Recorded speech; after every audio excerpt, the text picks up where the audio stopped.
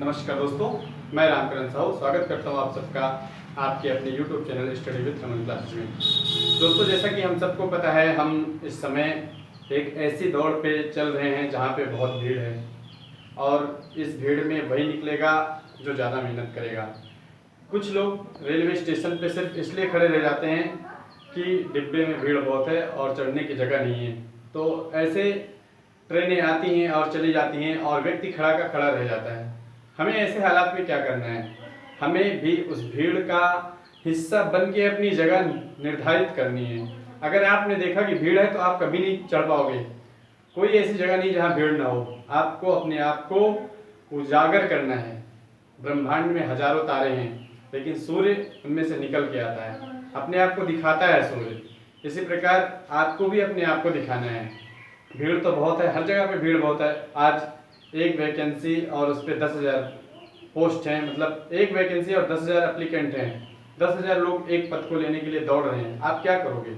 आपको उन 10,000 को पीछे करना है, इसलिए आपको अधिक से अधिक मेहनत करने की जरूरत पड़ेगी। इस समय आप लोग देख रहे हैं स्टडी विद रमन क्लासेज और हम लगातार बहुत सारा अध्ययन सामग्री आपको उपलब्ध करा रहे हैं।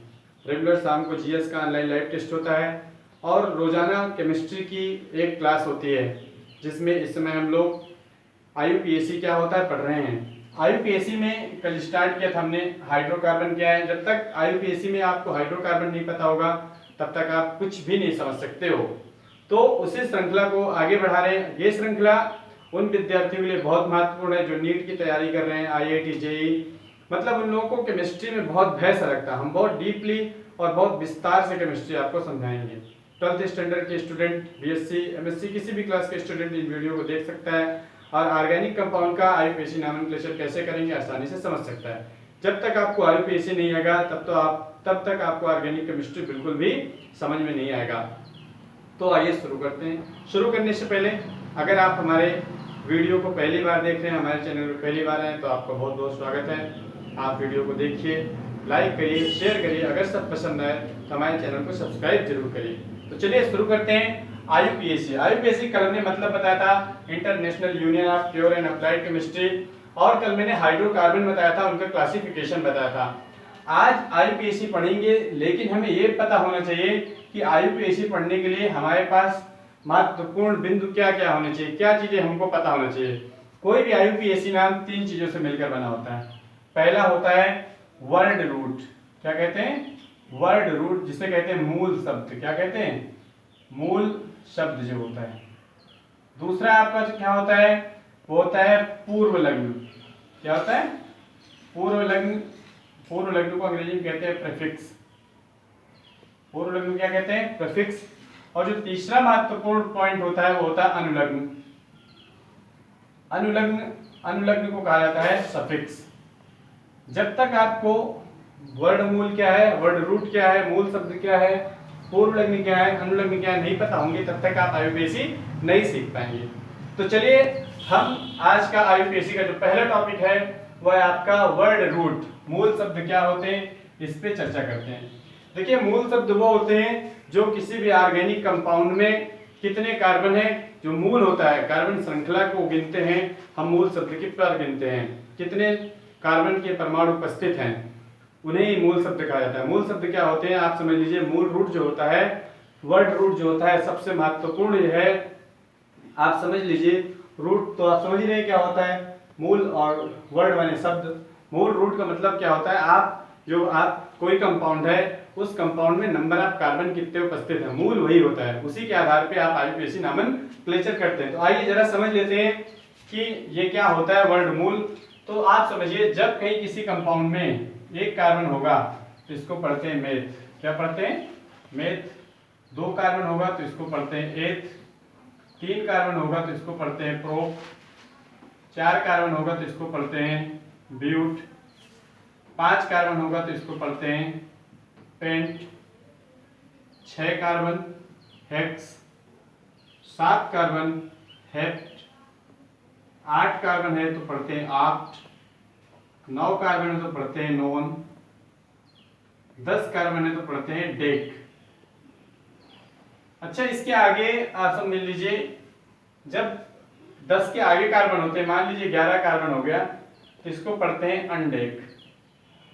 ये बहुत सारी ऐसी बुक्स हैं जिनमें सिर्फ 10 तक बताया जाता है, मैं आपको 10 के आगे बता रहा हूँ। जब C11 होता है तो इसको अनडेक पढ़ते हैं, C12 होता है तो इसको दो डेक पढ़ते हैं, C13 होता है तो ट्राइडेक, C14 टेट्राडेक, C15 पेंटाडेक, इसी तरह आगे बढ़ता जाता है। और C20 जो होता है वो आईकॉस होता है। क्या होता है? आईकॉस। तो आपको यहां तक याद करने की जरूरत नहीं है, आपको मात्र 1 से लेकर 10 तक लर्न करने की जरूरत है। वर्ड रूट 1 से लेकर 10 तक आपको याद करने की यहाँ पे जरूरत है। तो आप अगर ये कॉपी करना चाहते हैं तो 20 सेकंड का टाइम है, जल्दी से आप इसको कॉपी कर लीजिए।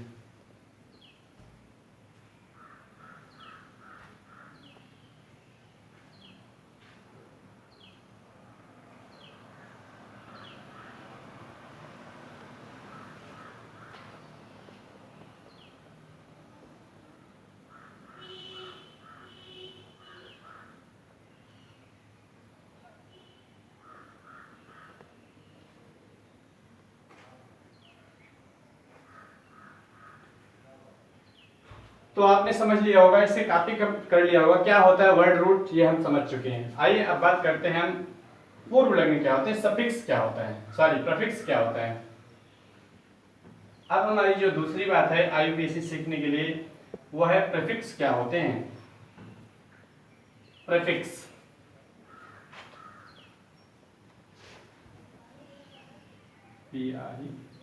प्रीफिक्स क्या होते हैं जरा समझिए। पूर्व लग्न, देखिए पूर्व लग्न वे होते हैं जो वर्ड रूट के पहले यूज किए जाते हैं। समझिए ध्यान से, पूर्व लग्न वो होते हैं, वो समूह होते हैं जो किसी भी वर्ड रूट से पहले यूज किया जाता है। तो अब आप समझ लीजिए प्रीफिक्स में क्या क्या आता है। प्रीफिक्स में बहुत सारे ग्रुप हैं जिनको आपको याद कर लेना चाहिए। उसमें आता है Cl, ठीक है, क्लोरो भी आता है, इसको क्लोरो पढ़ते हैं, Cl को क्लोरो पढ़ते हैं, Br, I, ठीक है, NO2, NO, इसके अलावा CH3, C2H5, C3H7, OCH3। और अब देखिए आप इसको पढ़ेंगे क्या, इसको पढ़ेंगे फ्लोरो, क्या पढ़ेंगे इसको, फ्लोरो पढ़ेंगे, इसको क्लोरो पढ़ेंगे, इसको ब्रोमो पढ़ेंगे, इसको आयोडो पढ़ेंगे, इसको नाइट्रो पढ़ेंगे, इसको नाइट्रोसो पढ़ेंगे, नाइट्रोसो पढ़ेंगे, इसको मेथिल पढ़ेंगे, इसको एथिल पढ़ेंगे, C2H5 को, C3H7 को प्रोपिल पढ़ा जाता है, OCH3 को मेथॉक्सी पढ़ते हैं। क्या पढ़ते हैं? मेथॉक्सी। और अगर इसी में OC2H5 हो जाएगा तो इसको पढ़ेंगे एथॉक्सी। क्या पढ़ेंगे? एथॉक्सी। इसके अलावा भी ढेर सारे हैं, परंतु आपको कम से कम इतने तो याद ही करके रखना है कि ये जो है आपके मेन फ्लोरो, क्लोरो, ब्रोमो, आयोडो, नाइट्रो, ठीक है, nitroso, methyl, ethyl, propyl, methoxy, ethoxy, और ढेर सारे हो सकते हैं, साइनो हो सकता है, ठीक है, आइसोसाइनो हो सकता है। तो ये कई ऐसे हैं जो आपका प्रीफिक्स की तरह, मतलब वे ग्रुप जो वर्ड, आप समझ लीजिए अगर किसी भी कंपाउंड में दो तरह के ग्रुप आते हैं, एक ग्रुप उसमें बड़ा ग्रुप कहलाएगा, ठीक है, मुख्य ग्रुप कहलाएगा, मुख्य समूह कहलाएगा। जब दो ग्रुप है तो एक तो मुख्य समूह मान लिया जाता है, और जो बाकी के दूसरे तीसरे वो सब किस तरह कार्य करते हैं, प्रीफिक्स की तरह, पूर्व लग्न की तरह कार्य करते हैं। जल्दी से इसको भी कॉपी कर लीजिए तो फिर आगे चलते हैं।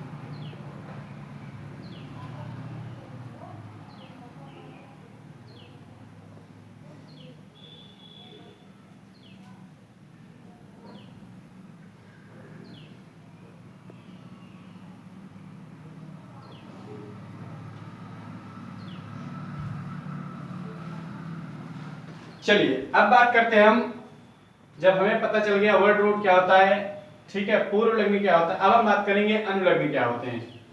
चलिए अनुलग्न की बात करते हैं। जरा ध्यान से समझिएगा अनुलग्न क्या होता है, यही बहुत महत्वपूर्ण है। अनुलग्न, अनुलग्न को सफिक्स कहते हैं। देखिए सबसे पहले आपका आता है प्रीफिक्स, फिर आता है वर्ड रूट और इसके बाद आता है आपका अनुलग्न। अनुलग्न जो होते हैं दो प्रकार के होते हैं, एक होते हैं प्राथमिक सफिक्स और एक होते हैं दूसरे होते हैं आपके द्वितीयक suffix, primary suffix and secondary suffix. अब आप समझ लीजिए पहले प्राइमरी सफिक्स क्या होते हैं। जो प्राइमरी सफिक्स होते हैं वो आपके 3 टाइप के होते हैं। अगर यहाँ पे पहला जो हो जाएगा वो हो जाएगा सैचुरेटेड हाइड्रोकार्बन, सैचुरेटेड हाइड्रोकार्बन।